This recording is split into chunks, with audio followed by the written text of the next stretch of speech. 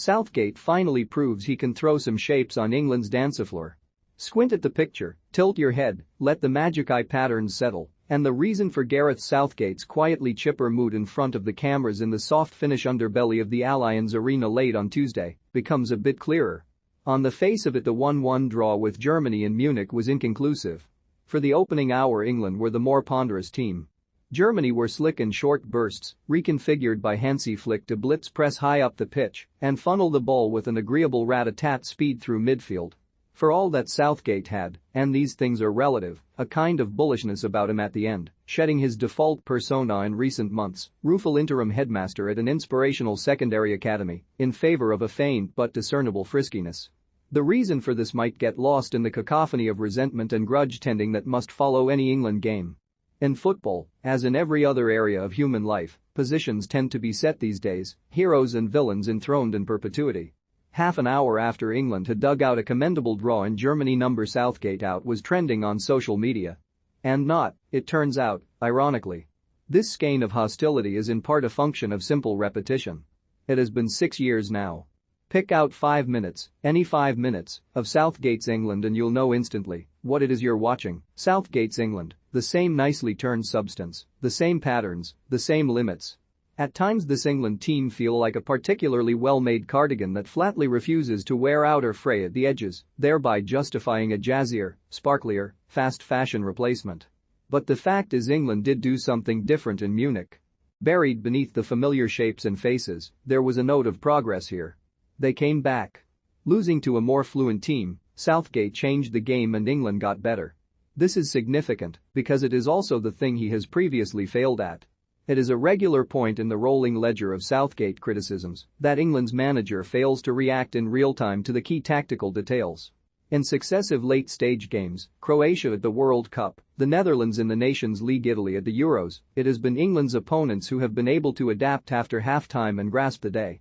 This was different.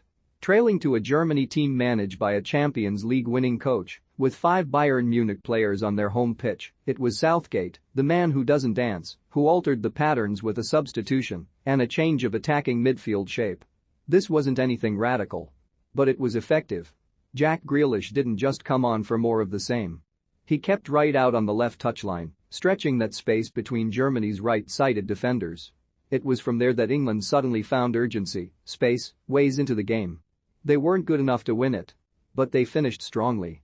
Which is better than the previous default position, finishing limply. And who knows, maybe something is being chewed over and added to here. Because Southgate will know that England do need something new as they head, a little wearily, towards Doha in 5 months' time. In the last year this team have looked a little overripe at times.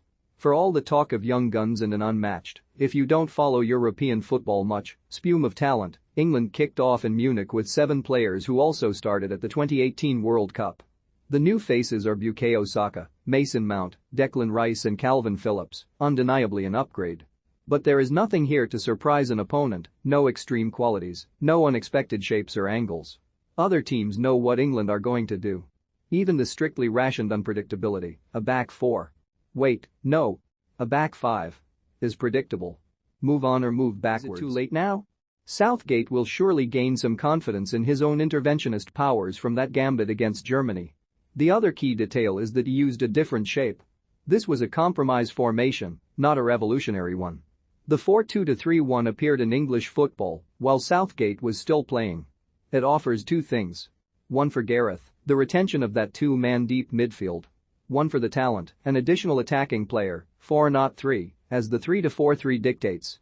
In Munich this setup was only cautiously implemented, neither freeing the attack nor shoring up the defense. There are 2 reasons why this might be the case. The first relates to the strengths and weaknesses of Harry Maguire. In a back 4, Maguire will come under pressure to defend 1 versus 1 without cover behind. This is fine in the close clinches. He is an excellent man-to-man defender. But when attackers can run at him or force him to turn, his lack of agility and acceleration is a clear weakness. As a result, he drops deep or sits on his heels. In Munich it was noticeable Maguire has a habit of walking backwards after he has passed the ball, just 2 or 3 paces, enough to play safe. The result of this, and of Germany's extra man in the middle, was that at times England's central midfielders were transformed into a version of McTominay Fred, left with too much grass around them, constantly whirling about, lunging to intercept. These pre-tournament games do reveal traces of what is to come, flaws and dead ends that will appear more vividly in the light of competition. This is an old problem for Southgate. A back four gives him more teeth. But playing Maguire as one of them decompresses the centre of the pitch, similar to the way Liverpool's midfield press fell apart when they were deprived of Virgil van Dijk and Joe Gomez, players with the speed and skill to play a fearlessly high line. Southgate does have other choices, but little time to try them. The obvious tactical alternative is Fikayo Tomori, who is quick enough to play in a four but hasn't been fit for these games and has been left on the sidelines previously. Southgate loves his regulars and loyalty will build a team. But it can become a burden too. The other issue lies in the full exploitation of the 4-2-3-1. It offers you Kyle Walker at right back, a genuine strength. It also gives a note of attacking flexibility.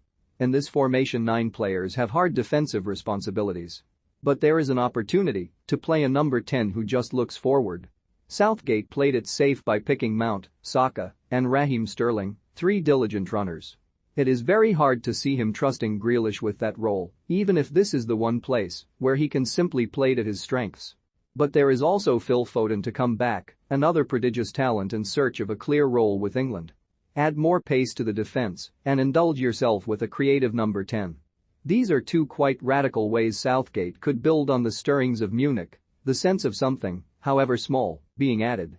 He is on past behavior unlikely to do either, let alone both. But Southgate has been radical in other ways. And the fact is England have not looked like a team preparing to scale another peak. There is still time to speculate.